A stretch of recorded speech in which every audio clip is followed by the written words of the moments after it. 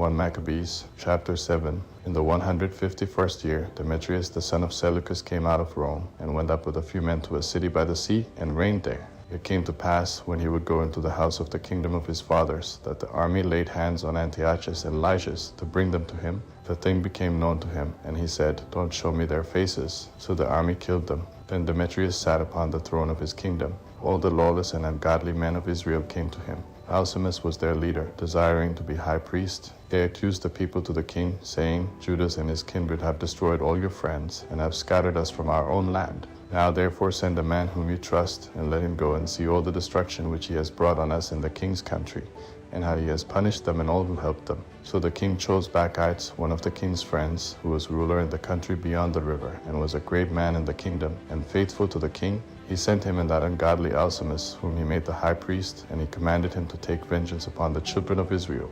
He marched away and came with a great army into the land of Judah. He sent messengers to Judas and his kindred with words of peace deceitfully. They paid no attention to their words, for they saw that they had come with a great army. A group of scribes gathered together to Alcimus and Bacchites to seek just terms. The Hasideans were the first among the children of Israel who sought peace from them. For they said, "One who is a priest of the seed of Aaron has come with the army, and he will do us no wrong."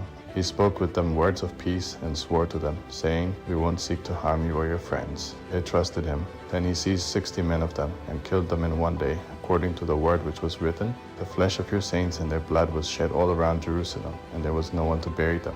The fear and the dread of them fell upon all the people, for they said, "There is neither truth nor justice in them, for they have broken the covenant and the oath which they swore." Bacchites withdrew from Jerusalem and encamped in Bezeth. He sent and seized many of the deserters who were with him, and some of the people, and he killed them, throwing them into a large pit. He placed Alcimus in charge of the country, and left with him a force to aid him. Then Bacchites went away to the king. Alcimus struggled to maintain his high priesthood. All those who troubled their people joined him, and they took control of the land of Judah, and did great damage in Israel.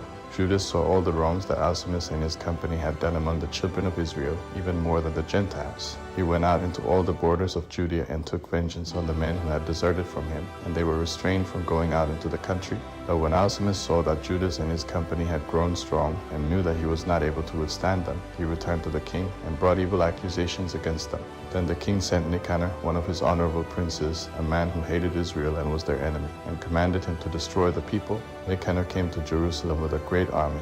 He sent to Judas and his kindred deceitfully with words of peace, saying, "Let there be no battle between me and you. I will come with a few men, that I may see your faces in peace." He came to Judas, and they saluted one another peaceably. The enemies were ready to seize Judas by violence. This was known to Judas, that he came to him with deceit, and he was very afraid of him, and would see his face no more. Nicanor found out that his plan was disclosed, and he went out to meet Judas in battle beside Capharsalam. About 500 men of Nicanor's army fell, and the rest fled into the city of David. After these things, Nicanor went up to Mount Zion. Some of the priests came out of the sanctuary with some of the elders of the people to salute him peaceably, and to show him the whole burnt sacrifice that was being offered for the king. He mocked them, laughed at them, derided them shamefully, spoke arrogantly, and swore in a rage, saying, "Unless Judas and his army are now delivered into my hands, it shall be that, if I return safely, I will burn up this house." And he went out in a great rage. The priests entered in and stood before the altar in the temple, and they wept and said,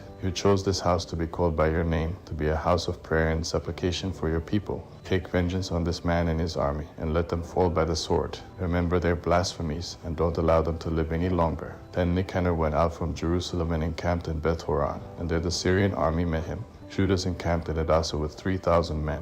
Judas prayed and said, "When those who came from the king blasphemed, your angel went out and struck among them 185,000.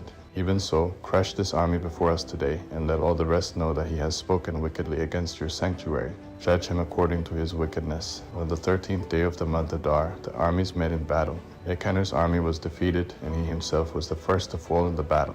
Now when his army saw that Nicanor had fallen, they threw away their weapons and fled. They pursued them a day's journey from Edessa until you come to Gazar, and they sounded an alarm after them with the signal trumpets. Men came out of all the surrounding villages of Judea and outflanked them. These turned them back on those, and they all fell by the sword. There wasn't one of them left. The Jews took the spoils and the booty, and they cut off Nicanor's head and his right hand, which he had stretched out so arrogantly, and brought them and hung them up beside Jerusalem. The people were exceedingly glad, and they kept that day as a day of great gladness. They ordained to keep this day year by year on the 13th day of Adar. So the land of Judah had rest a few days.